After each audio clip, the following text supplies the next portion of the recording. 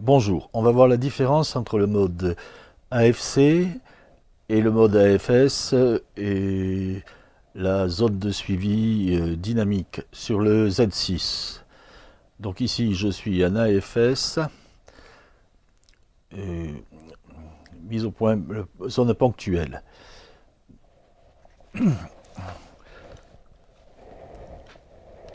Donc pour faire cet essai, je prends comme sujet cette poupée.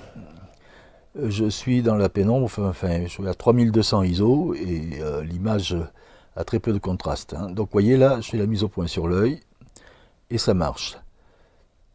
Si je déplace mon appareil en maintenant mon doigt enfoncé, la mise au point ne change pas.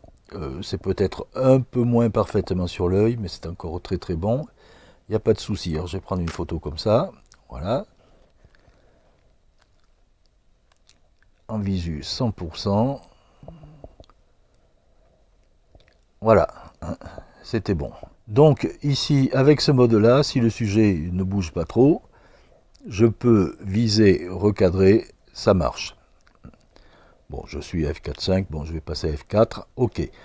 Donc maintenant, alors je vais passer dans les menus pour modifier le mode d'autofocus. Bon, c'est bon, autofocus. Suivi de map avec Locon, je l'ai mis sur rapide pour faire cet essai, être influencé par le Locon. Et vous avez vu que malgré tout, en AFS, ça reste bloqué. Le Locon, c'est surtout pour la FC, continue. Donc maintenant, c'est pas ici que ça se passe, c'est dans le menu prise de vue photo. Et je vais choisir le mode de mise au point. AF continue. Ensuite, le mode de zone AF. J'étais en AF point sélectif.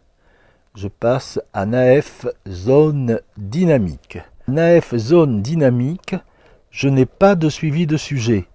Si je quitte le sujet de vue, eh bien ça ne marche plus. Je peux avoir l'impression que j'ai un gros collimateur matérialisé par les points autour du collimateur central. Ce n'est pas exactement ça. Alors je vais vous en faire la démonstration. Voilà, là je suis bien net. J'entends mon AF le moteur de l'AF qui bouge, qui mouline. Pourtant c'est un objectif Z. Et là, vous voyez, j'ai perdu la mise au point sur l'œil. En fait, je ne l'ai vraiment que là. Là, elle est perdue.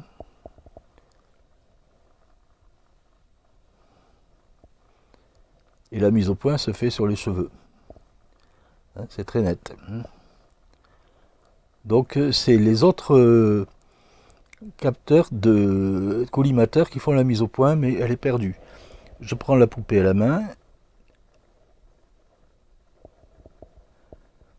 Et vous voyez que la mise au point n'est pas excellente. Si là je fais une photo, je repose la poupée. On regarde la photo.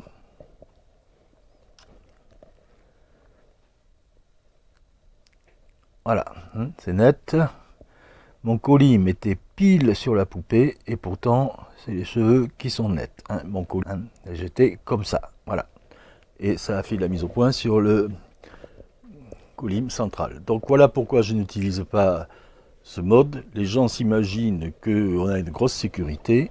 En fait, on n'en a aucune. Ça accroche sur n'importe quoi dans la zone en question. C'est pas ce qu'on cherche vraiment. Donc je préfère moi utiliser le mode Wide S quand j'ai un sujet relativement gros dans le viseur. Par exemple, quand je fais des photographies de l'équitation, avec ça j'arrive à suivre le cheval. Et là, tant que je suis dans cette zone, ben, j'ai une chance d'avoir l'œil net. Là il est net, là il est net. On regarde le résultat. Donc ça c'était la deuxième photo, on vient sur la première. Vous voyez, l'œil gauche était net. Et là, l'œil droit est net. Bon. Voilà. Donc c'est un mode satisfaisant. Bon, j'ai quand même eu. Mais si je veux un suivi du sujet, là, j'ai toujours pas de suivi du sujet. Le seul moyen d'avoir du suivi du sujet sur le Z6, c'est de passer en AF photo. Là, alors d'abord là, avec cet éclairage faible et puis cette poupée fantaisie, il n'identifie pas les yeux. C'est bizarre, hein, bon, j'ai la mise à jour du dernier firmware, mais c'est toujours pas le cas. Mais c'est pas grave parce que là, je peux passer en suivi dynamique. Voilà. Et là, ça suit le sujet. On va prendre cet œil. Et voilà, ça suit le sujet. Et là, bon, c'est le Z6, hein, c'est pas un foudre de guerre, mais ça marche sur un sujet calme. Voilà, ça c'est un suivi de sujet. Tout le reste, c'est pas du suivi de sujet. Donc il faut savoir. Et le mode AFC est dynamique et donc un mode trompeur. Parce qu'on s'imagine que là, on va faire la mise au point sur l'œil, alors qu'on va la faire peut-être sur le nez. Si je prends l'autre œil, là, il est capable d'aller sur les cheveux. Voilà pourquoi je n'utilise jamais ce AF zone dynamique sur le Z6. C'est trompeur. Alors je ne sais pas ce qu'il en est sur le Z5 par exemple, mais je suppose que c'est un peu, ou le Z50, mais je suppose que c'est assez proche. Voilà, c'est tout pour aujourd'hui. Je vous remercie pour votre attention. Au revoir.